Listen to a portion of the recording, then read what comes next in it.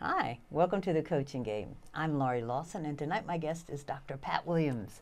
Dr. Pat, thrilled to have you. We've been talking about this, how long? Years. Oh, yeah. Maybe I'll get to New York, who knows, who knows. Here he is. Yep, glad to have a chance to be on the show. Yeah, I snagged him. Even though he'll be long gone by the time this airs, he's doing a special ICF Coach Cafe tomorrow, and so I snagged him just before that. So, Right. Yep. yeah, and it's an exciting time for him because he's got a new book out called Getting Naked. How's that for a provocative title? Yeah, you go. You spilled the beans already. I Yeah. know, it was just too good a title to Yeah, keep to yeah. myself. But first, what we wanted, because I've been hearing Dr. Pat Williams for a long time. I mean, I consider myself a veteran, but I think you're probably a veteran in the coaching world too. How'd you get into coaching? Well, I definitely am a veteran, and some of that came via the fact that I was a psychologist first, but my training in both my master's and my doctorate was in humanistic and transpersonal psychology. So a lot of what today would be called positive psychology. It didn't exist then. Yeah. But I was anti-Freud, I was not into analysis. I was not into labels of pathology. I got my clinical degree and had a practice for 12 years. But I always saw people as capable and whole and, able, like we say in the ICF now, the International Coach Federation. And I guess I got into psychology because I wanted to see what made people tick, but what made people tick who have a greater life. So some people can even overcome trauma and have a great life. So I was interested in what made people live beyond mediocrity. So that led to coaching. I started doing executive coaching in 1990, that far back. See, I thought I was a pioneer in 2004. I guess not. I even had executive coach in my card. I worked for an agency that... Did anybody know what you were? Yeah, well, it was with Hewlett Packard, Kodak, IBM, so they hired me for their flailing executives back then. We called it remedial coaching. Well, remember when coaching used to be the punishment? Yeah, it was like, 6 months okay, or else you're out of here. You got to see a coach, and if that doesn't work, you're gone. Yeah. Right. And then that kind of into, let's say, I guess 1995, I went to the first Coach U conference in Houston, and then the first ICF conference after that when it merged with a Personal and Professional Coaches Association. So I'm a founding member of the ICF. I was on no kidding. The board. I was head of the regulatory committee. I helped write the competencies. So I guess instead of calling me an old, I'm a wise elder, according to some There you go. people. Yeah, absolutely. Wow, I didn't realize you were a founder of the ICF and the core competencies, which have become more and more important as we go along. Yeah, I'm not sure if you guys realized the significance of what you were doing. We knew it was important at the time to signify it as a real profession. And some people debate that it's still not, but there was 187 people at that first conference. Now there's 28,000 members of the ICF worldwide. It's amazing. Who knew? Yeah, it's amazing. So from there, you are based in Florida. Yes? Yes, I was in Colorado at the time, though. I lived in Colorado for okay. 30 years of my life, and then finally moved to Florida because the woman I met in Colorado was from Florida, and so we finally moved where we could be active full time. I don't, the cold winters we're getting to her, but the kids and grandkids are still in Colorado, so we visit. So it's a great place to visit. It's where I got my start. I mean, a lot of the high tech industry was along the Front Range in Colorado, and so that afforded me to close my therapy practice in '96, go full time into coaching. And then I was at Coach U, and I taught at Coach U, and then I started my own coaching school in 1998, the Institute for Life Coach Training, which I then sold in 2012. Who sells something during a recession? But I did to my dean of Those students. who are very lucky, yes. And I'm glad to be out of administration, and now I focus on coaching and teaching and training and speaking, writing books. I think the gentleman might be qualified. So you're talking about you wanted to transcend lives of mediocrity. Yes.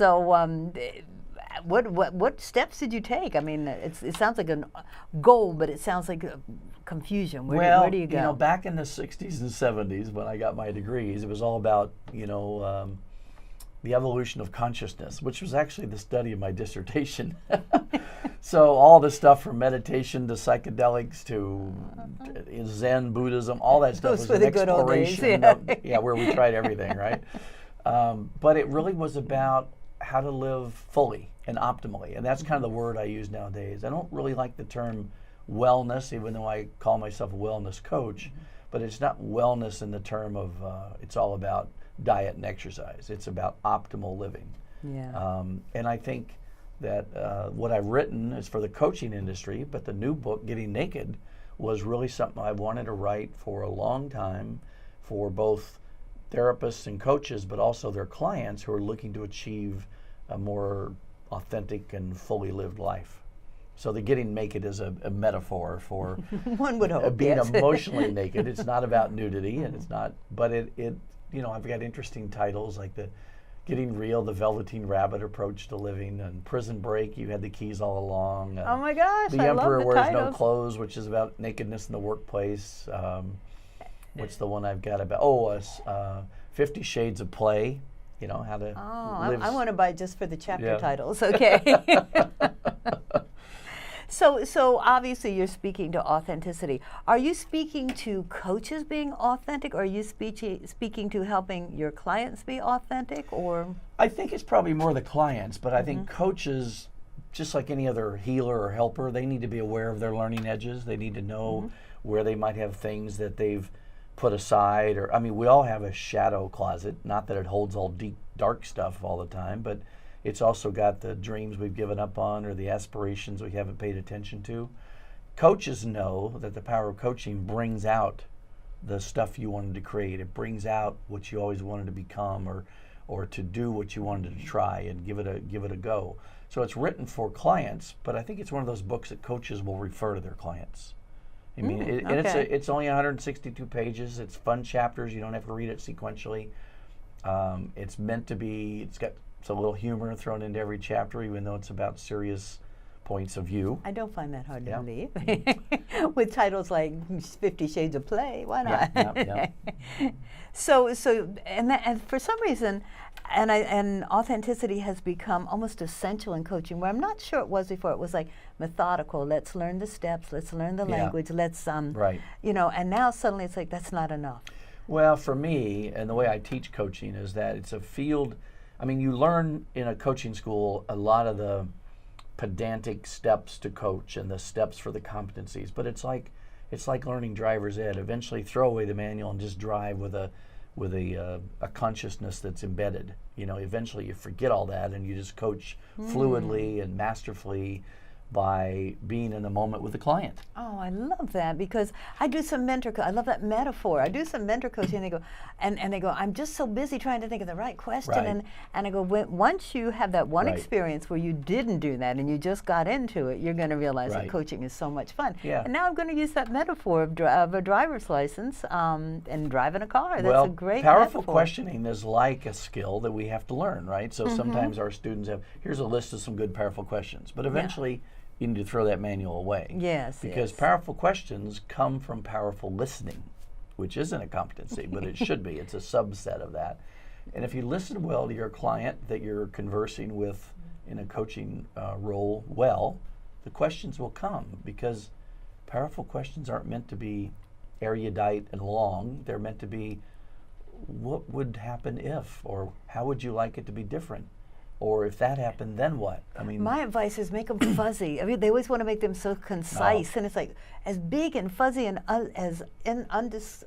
understandable as you can. Yeah. And let me give you my crazy meaning. We get It's paid like for being curious, which is asking questions that neither one of us know the answer to.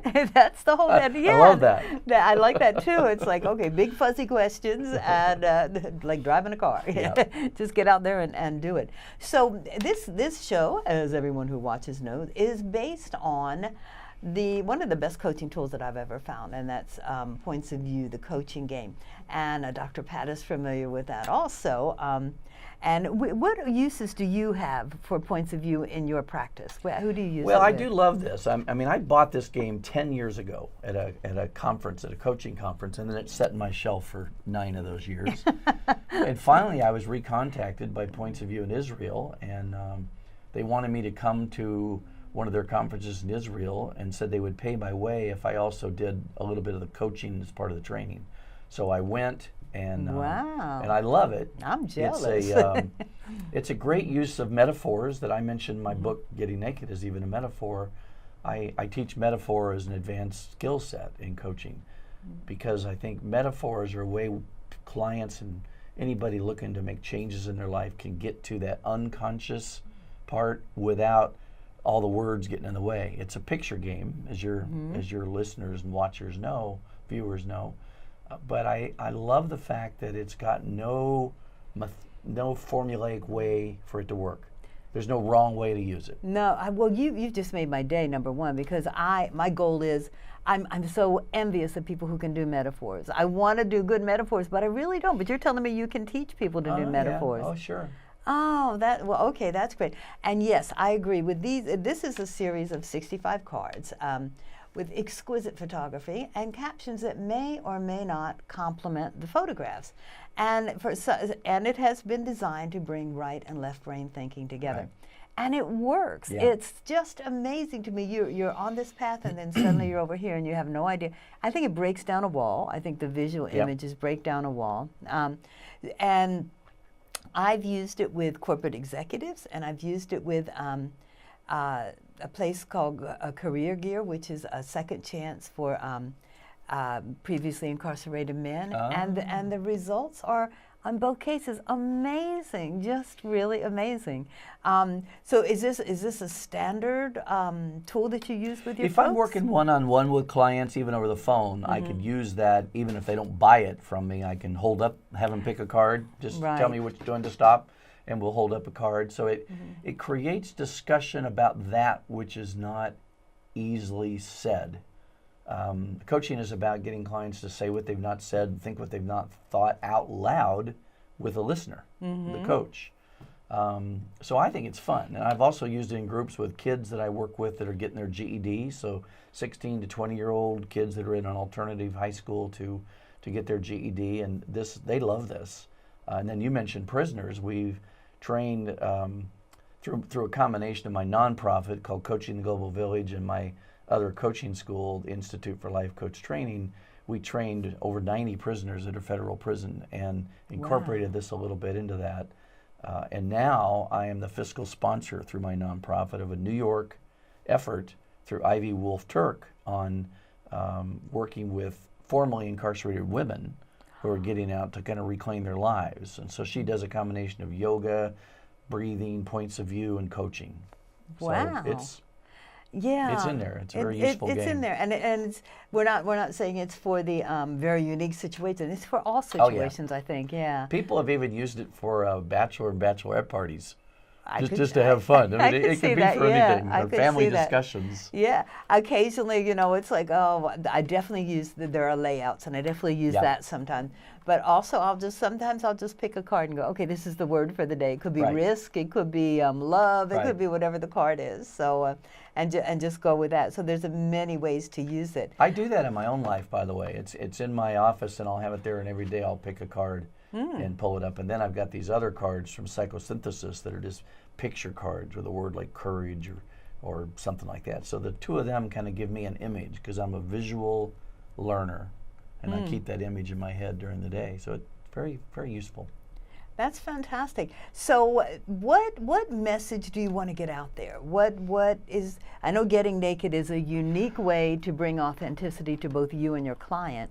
What can you tell the audience about? Well, give us some hints. So where I'm at in my life, it's about legacy for me. I've been a coach or a therapist for 35 years.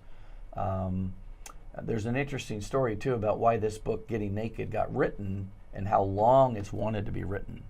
And notice I say it had its life. So in 1975, I was at the University of West Georgia getting my master's in humanistic psychology. The only other place that gave their master's in that was Sonoma State University. And people are going to think, why did you not go to Sonoma State? You went to Georgia.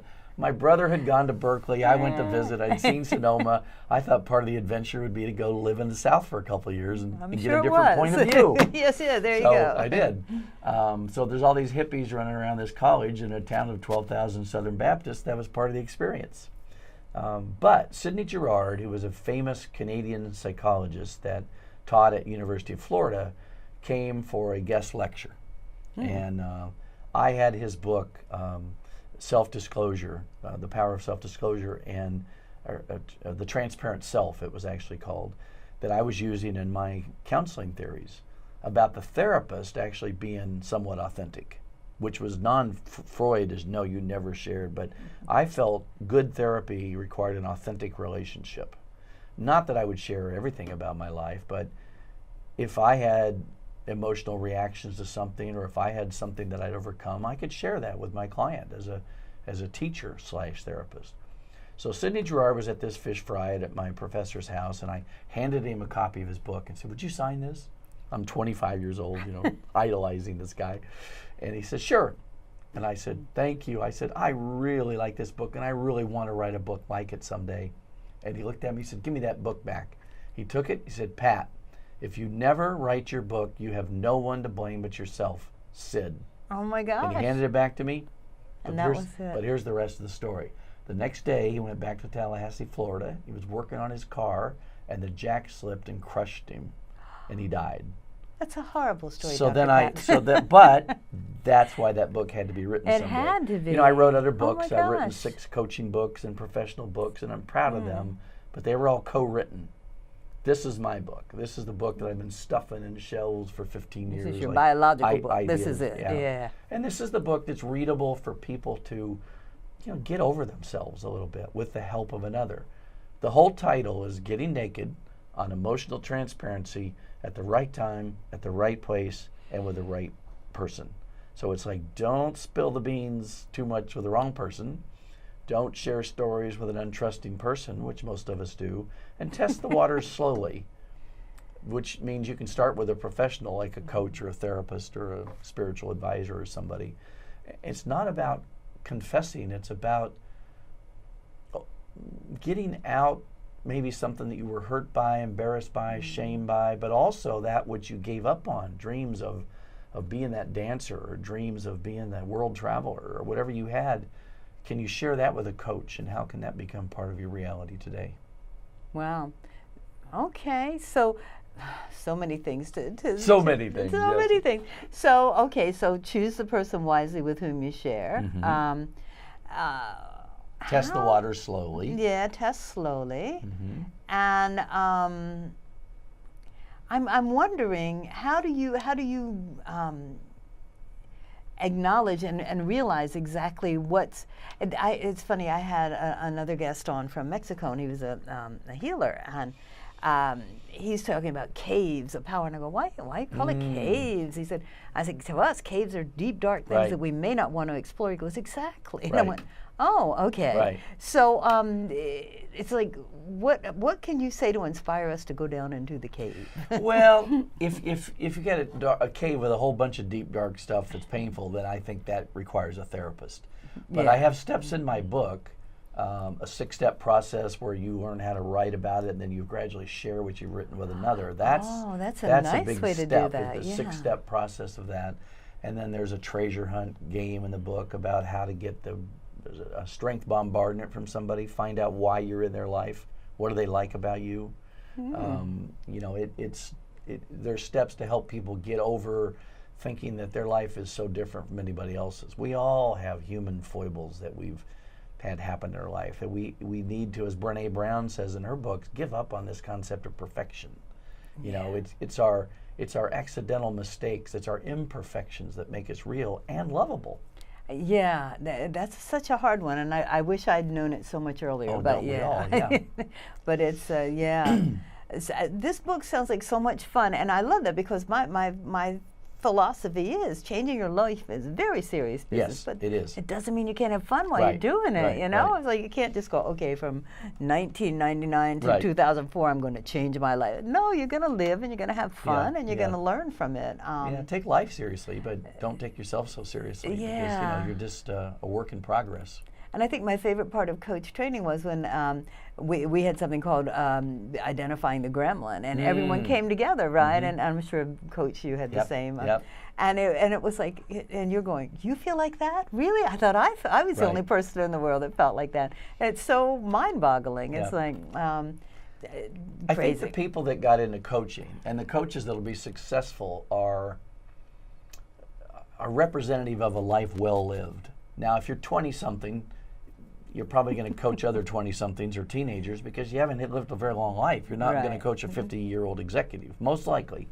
There will be some millennials that prove me wrong, but I think if you have a life well lived, it means that you've overcome your scars and your abrasions and that metaphorical and real, and you've got some wisdom to share. Now, you're not a realized being that's sitting on some mountaintop just No. But it means that you're aware of your learning edges, you're aware of things that you still need to work on, but it doesn't get in the way of coaching. If you're lying about your life, you won't be successful as a coach. Your clients will smell it. You have to be pretty together to be a successful coach.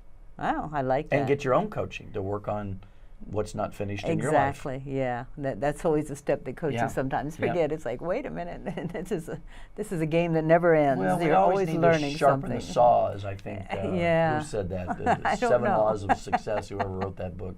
But we all need to sharpen the saw constantly. Fantastic. So should we draw a card and see where we end up? Yeah, let's do. You go first. And maybe I'll think of how is this related to my speaking, my book, what the new quest in my life here Oh, is. it's all related. All right, so I get generosity. Ah, okay. And you want me to comment on? Yeah, So my immediate reaction is, first of all, this looks like in a South American country or Mexico, which I love. Yeah. I love going to Mexico, and I love South American countries. And I love that this is about water, which is going to be what the next war is over, not oil. But generosity is what we coaches do. We are giving ourself away, capital S, capital W. So even if you give a free session or a sample session, you're giving yourself away to be witnessed and to be offered, because coaching, even though you get paid, you're being generous with your time, with your wisdom and this and that. Mm-hmm. So that's what it means to me. And I'm in a stage in my life where I don't have to work that much. I want to still work. I don't want to ever retire. But so I'm doing a lot of giving of myself. I love that, giving yourself away. That's great. And I'll do the other side of the coin, because I think it's almost impossible to coach without learning something about yourself each time. I always go, oh, I do that, or I used to do that. Your clients, teach you things. So it's a generous give and take. Yes. I like that. I like that. Good All right, word. let me see what I end up with here. This one, my thought is that the cards call you. Yes, they do. Success. Oh, okay, success. And it looks like this guy is almost successful. The ball is almost there in his mouth. Success. It's something you just said, that you don't have to work that much anymore. And I am constantly plagued by the thing that you should be doing more, you should be doing more. And then I have to realize this is a choice I made. This is what I want to do. I feel pretty good about what I'm doing. Yeah. And I do my television show, my radio show, to let other people shine and see what they're doing. So my success is I'm there. I just have to stop worrying about going further. It's like I really am kind of pleased with everything that I'm doing. I like my practice. I like my side events. So yeah, success is, you have to define it and then you have to own it. And that's the hard one. You can define it, but then when you get there, relax. Just for at least a year, a month, whatever. Stop pushing and doing the pushing thing. Well, and I respond to that because society tells us a lot of what success is, but for me, and I think fortunately with my upbringing, I didn't get the message that it was about having the most money and having the biggest house and the fanciest cars. I mean, that's the identity of a success for most people. Mm-hmm. I think mine was being able to travel and see the world. And my younger daughter says, "Thanks, Dad, you put that bug in me," because she'll work like 3 months and then go away for a month. And she's and you can't even yell at her. No, I love it. I wish she'd write about it because she's a good writer. But I think success for me is that I worked to live, not live to work. I mean, I don't know. This is going to be a naked sharing. I don't know that I've ever worked a 40-hour work week. in my whole life. Wow, good for you. Because I've been self-employed for 35 years. I'm the boss, right? That's amazing. So as a psychologist, I would take every Wednesday morning off to play golf. I'd close early on Fridays, and I squeezed 28 billable hours in amongst there. And then as a coach, I learned how to do what I wanted to and say, okay, I need this much money to live the lifestyle I want. And then other ways came about. Writing the books and doing the speaking I got from that helped. I never planned for that to happen. So I think success for me is that I've lived a life well lived, but I'm not going to quit. The word retirement is humorous to me because if you retire, that means you're getting tired again.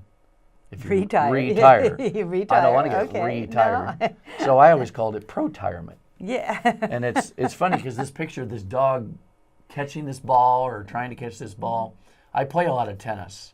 And unfortunately, I get injured occasionally, but it is, okay, so success now for me with the tennis ball in there is when people say, what do you do? I say, just enough to not interfere with tennis and golf. And there you go.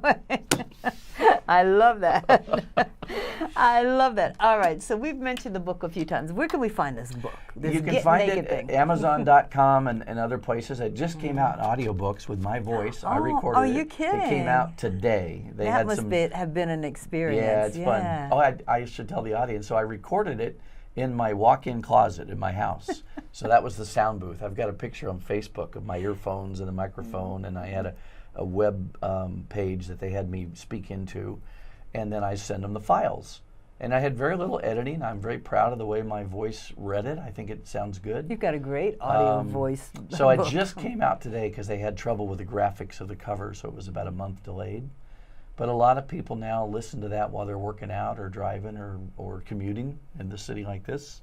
So it's Amazon.com, Audible.com, which is owned by Amazon. Mm-hmm. You can read about it at my website, which is at the bottom of the screen there. Mm-hmm. And I write a lot of blogs. I write blogs for Your Tango, which is a relationship site, and those are on my site, and they all reference authentic living and relationships and things like that. Okay, yes, so definitely check out Dr. Pat Williams because I'm sure he's got some interesting things going on there. And we have a minute, so if you had to give one piece of advice quickly, what would that be?